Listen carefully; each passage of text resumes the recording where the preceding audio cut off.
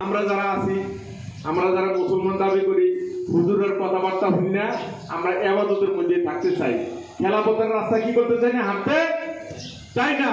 মূলত ইবাদতের দায়িত্ব যারা পালন করে, ইবাদতের দায়িত্ব পালনকারীদের জন্য জান্নাত নাই। কারণ হলো কি, ইবাদতের দায়িত্ব পালন করলে রাসূল সাল্লাল্লাহু আলাইহি ওয়াসাল্লাম হাদিস, গাদার ডাক ছাড়া সকল ডাকে ইবাদত।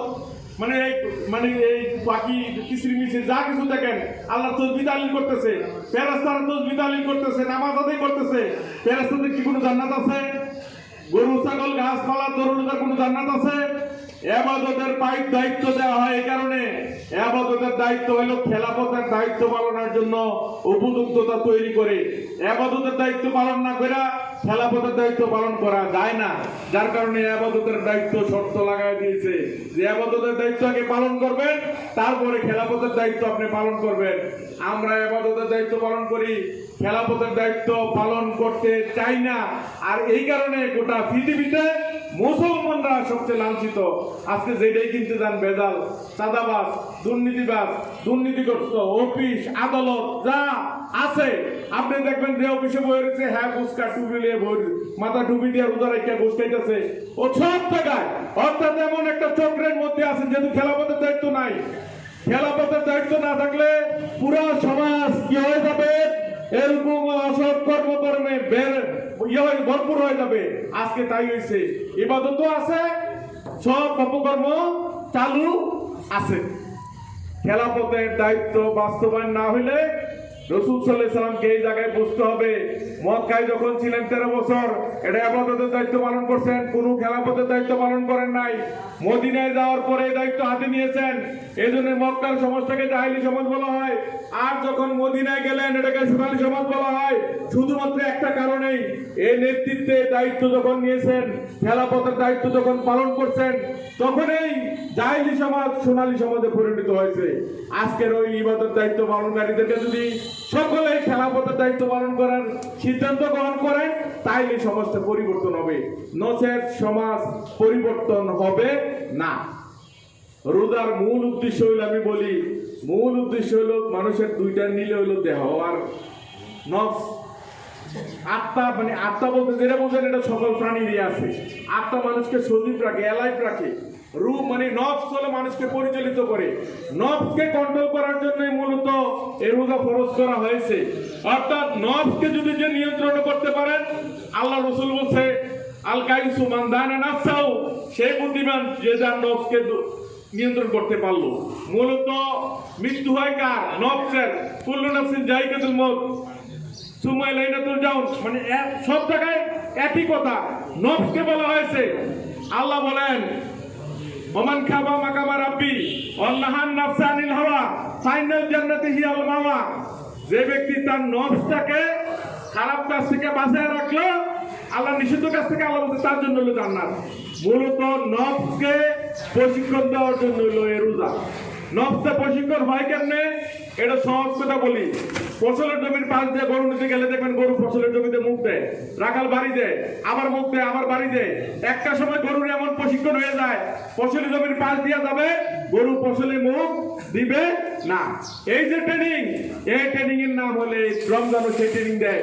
রমজান মাসে যখন আপনাকে উস্কাইয়া দেওয়া হবে অপকর্মের জন্য, খারাপ কাজ, মন্দ কথা, মিথ্যা কথা বলার জন্য, আপনি যখন বিরত থাকবেন, তখন নফসের প্রশিক্ষণ হবে। আমাদের দেশে মানুষ রোজা রাখে, নফসের প্রশিক্ষণ হয় না। দরকার ছিল দুর্বল হওয়ার নফসের, মানুষ দুর্বল হয়, নফস দুর্বল হয় না। যার কারণে রোজায় কোনো মানে আমাদের দেশের মানুষের রোজায় কোনো উপকার দেয় না। রোজা যেদিন নফসকে কন্ট্রোল করতে পারবে, সেদিন বুঝবেন যে রোজা আপনার প্রকৃতপক্ষে আপনি সফল হয়েছেন। এই জন্য আল্লাহ শর্ত লাগাই দিছে, ইয়া আল্লাযিনা আমানু কুতিবা আলাইকুমুস সিয়াম কামা কুতিবা আলাল্লাযিনা মিন ক্বাবলিকুম লাআল্লাকুম তাত্তাকুন, যে আশা করা যায় তোমরা কি করতে সফল হইতে পারবে। যদি হক আদায় করে আমরা রোজা পালন করি, তাইলেই শুধু আমরা মুত্তাকি হইতে পারবো। আমাদের এই জায়গায় সমস্যা, আমরা যদি আজকে যারা এখানে আসি, মূলত হইল এই জায়গায় সিদ্ধান্ত গ্রহণ করতে হবে আল্লাহ রাব্বুল আলামিন আমাদেরকে যেই জন্য পাঠাইছে, আল্লাহর কাছে সবচেয়ে প্রিয় কাজ কোনটা? আল্লাহ কোরআনে বলে দিচ্ছে। আল্লাহ বলছে ইন্নাল্লাহি ওয়াল্লাযিনা ইউকাতিলুনা ফি সাবিলিহি সাফফান কান্নাম বুনিয়ানুম মারসুস। আল্লাহ সেটাকে পছন্দ করে। আল্লাহর রাস্তায় ঐক্যবদ্ধ হয়ে শীষে ডালা পাচিরের হয়ে আপনারা আল্লাহর পথে লড়াই করবেন। আল্লাহ যে কাজ পছন্দ করে আমরা আল্লাহর কাজকে পছন্দ করতে চাই না। দেখেন আমাদের সমস্যাটা কোন জায়গায়?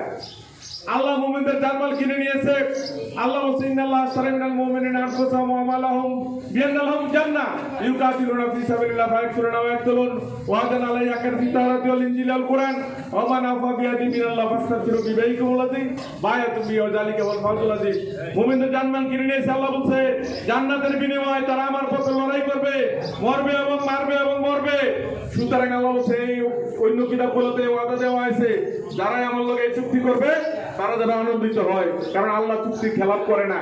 সুতরাং আল্লাহ মুমিনদের যে দায়িত্ব দিয়েছেন আমরা সেই দায়িত্ব পালন করি না, যার কারণে সমস্যা। দেখেন এখন এখানে নেতৃত্বের পরিবর্তন টাকা 5 বছরে এখন এখানে এমপি হয়েছে জনাব জননেতা কামাল হোসেন। উনি নিজে দুর্নীতিগ্রস্ত লোক না, উনিও দুর্নীতি সাপোর্ট করেন না, যার কারণে দেখবেন আস্তে আস্তে চাঁদাবাজি দুর্নীতি সবগুলো, যদিও সরকার বিএনপি তারপরে এখানকার নেতা হওয়ার কারণে এগুলা কমে যাবে, এগুলা কমে যেতে বাধ্য হবে। কারণ যখন এখান থেকে সাপোর্ট না পাওয়া যাবে এগুলা আস্তে আস্তে কি হয়ে যাবে, কমে। যদি এমন একটা লোক বানিয়ে দিতেন হেও চাঁদা খায়, সমাজেও চাঁদাবাজির সরাসরি, হেও দুর্নীতিগ্রস্ত লোক, সমাজেও দুর্নীতি চলে, তখন সব মিললে আরো বেশি মানুষ জিল্লুকির মধ্যে পড়তে হইতো। কথা কি বুঝাতে পারছি? সুতরাং খেলাফতের দায়িত্ব এরকম, এই নেতৃত্বের জায়গায় ক্ষমতা যত রাষ্ট্রীয় ক্ষমতা পুরোপুরি না আসবে সমাজ থেকে কোনো ধরনের অপরাধ আপনি বন্ধ করতে পারবেন না। আপনি না করবেন আরেকজনে হা করবো, একজন চুরকে আপনি বলতে শাস্তি দেন, হ্যাঁ বলে মাফ করে দাও। সুতরাং এই জন্যই ইসলাম এই জন্য বলে ইসলামের বিধান বাস্তবায়নের জন্য রাষ্ট্র ক্ষমতার প্রয়োজন। সকল নবী রাসূলরা আল্লাহর কাছে রাষ্ট্র ক্ষমতা চেয়েছিলেন। আল্লাহ রাসূল সাল্লাল্লাহু আলাইহি ওয়াসাল্লাম সুলতানান নাসিরা, হে আল্লাহ আমাকে রাষ্ট্র ক্ষমতা দান করেন। কারণটা কি? এই কারণে বলছে রাষ্ট্র ক্ষমতা যদি না থাকে আল্লাহর বিধান কার্যকরী করার কোনো সুযোগ থাকে না। মুসা আলাইহিস সালাম ফেরাউনের দরবারে 30 বছর ছিলেন। মুসা আলাইহিস সালামের কাছে কোনো ধরনের কিতাব নাজিল হয় নাই। কারণটা কি? কিতাব নাজিল করলে আল্লাহ এই কিতাব বাস্তবায়ন করবেন, কিন্তু কোথায়? ফেরাউনের শাসন চলতেছে। কিন্তু মুসা যখন লোহিত সাগর পাড়ি দিয়া উনি যখন গেলেন ময়দানে তিনটে মুখতায় গেলেন, তখন আল্লাহ কিতাব দিলেন, তাওরাত কিতাব। এরপরে তাওরাত কিতাবের বিধান মুসা আলাইহিস সালাম বাস্তবায়ন করেছেন। এই জন্য বলছি রাষ্ট্র লাগবো, নেতৃত্ব লাগবো, তারপরে আল্লাহর বিধান কায়েম করা যাবে। বাংলাদেশ জামাত ইসলামী শ্রমিক কল্যাণ ফেডারেশন আমরা যে বলি রাষ্ট্র ক্ষমতা কি জন্য দরকার, রাষ্ট্র ক্ষমতা এই জন্য চাই, রাষ্ট্র ক্ষমতা না হলে আল্লাহর বিধান কোনটাই বাস্তবায়ন করা যাবে না। কিতাবের কথা কিতাবে থাকবে, মানুষ থেকে কোনো উপকার পাবে না। সুতরাং আমরা এই জন্য বলি আমরা কোরআনকে বিজয় করার জন্য রাষ্ট্র ক্ষমতা চাই, আমরা নিজেদের বিজয়ের জন্য আমরা চাই না। এই জন্য আমরা এখানে যারা আছেন এইটা বুঝতে হবে। এইটা যদি না বুঝতে পারেন হবে না সমাজের পরিবর্তন। সমাজের পরিবর্তন যদি আমরা চাই সকলে মিলেই আল্লাহর নিজাইলুন ফিলারদে খলিফা যে দায়িত্ব দিছে এই খেলাফতের দায়িত্ব আমরা বাস্তবায়ন করতে হবে। এই বাস্তবায়ন দায়িত্ব পালন করা ছাড়া আমরা পরকালে সফলতা অর্জন করতে পারবো না। সুতরাং আজকে এখানে যারা আছেন একটা সিদ্ধান্ত করেন, রোজা কবুল হবে তখন, রোজা কবুল হবে তখন আপনারা বোঝার চেষ্টা করেন নামাজের জন্য অজুকে ফরজ করা হয়েছে। কেউ যদি অজু করে নামাজ না পড়ে অজুর যেমন সব পাবে না, নামাজ রোজা হজ যাকাত সবগুলা করার পরেও সে যদি খেলাফতের দায়িত্ব পালন না করে তার এগুলা গ্রহণযোগ্যতা পাবে না। আল্লাহ রাব্বুল আলামিন বলেন সারা লাকুম মিনাদ দ্বীন মা সাহাবী নূহ আল্লাযিনা আওহাইনা ইলাইকা ওয়া মা সাইনা বিহি ইব্রাহিম ওয়া মুসা ঈসা আনা কিবুদ্দিন ওয়া লা তাতাফাররাকু ফি। আল্লাহ বলেন আমি সকল নবী রাসূলদেরকে এই কথা বলছি যে দ্বীন প্রতিষ্ঠা করো, এই ক্ষেত্রে কোনো মতপার্থক্য তোমরা তৈরি করো না। আমরা সেই দ্বীন প্রতিষ্ঠা করতে চাই না, দ্বীনকে বিজয় করতে চাই না। আর যার কারণে সমাজ থেকে কোনো ধরনের মুসলমানরা এই গণ্ডি থেকে মুক্তি পেতে চায় না। আল্লাহর কথা হলো সুন্দর, তোমরা লড়াই চালিয়ে যাবা।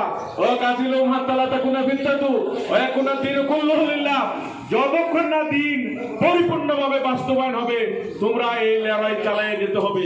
আমাদের দেশে সমস্যা হচ্ছে কি, হুজুররা বড় সমস্যা করে, হুজুররা মুসলমানদের ভাগ করে, এত ভাগ, 13 ভাগ, 73 ভাগ, 72 ভাগ। আল্লাহ বলেন ওয়াল্লাযী খালাকাকুম ফামিনকুম কাফিরুন ওয়া মিনকুম মুমিনুন, আমি তোমাদেরকে সৃষ্টি করছি, অতঃপর তোমরা কাফের, অতঃপর তোমরা মুমিন। আল্লাহ বলছে দল হলো দুইটা, আল্লাহ কইছে কয়টা দল?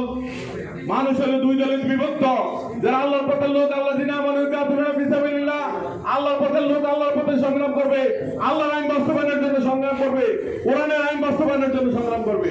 আল্লাযীনা কাফারু কাফিরুনা ফি সাবিলিত তাগুত, যারা শয়তানের পক্ষের লোক, মানব রচিত মতবাদ বাস্তবায়নের জন্য তারা লড়াই করবে।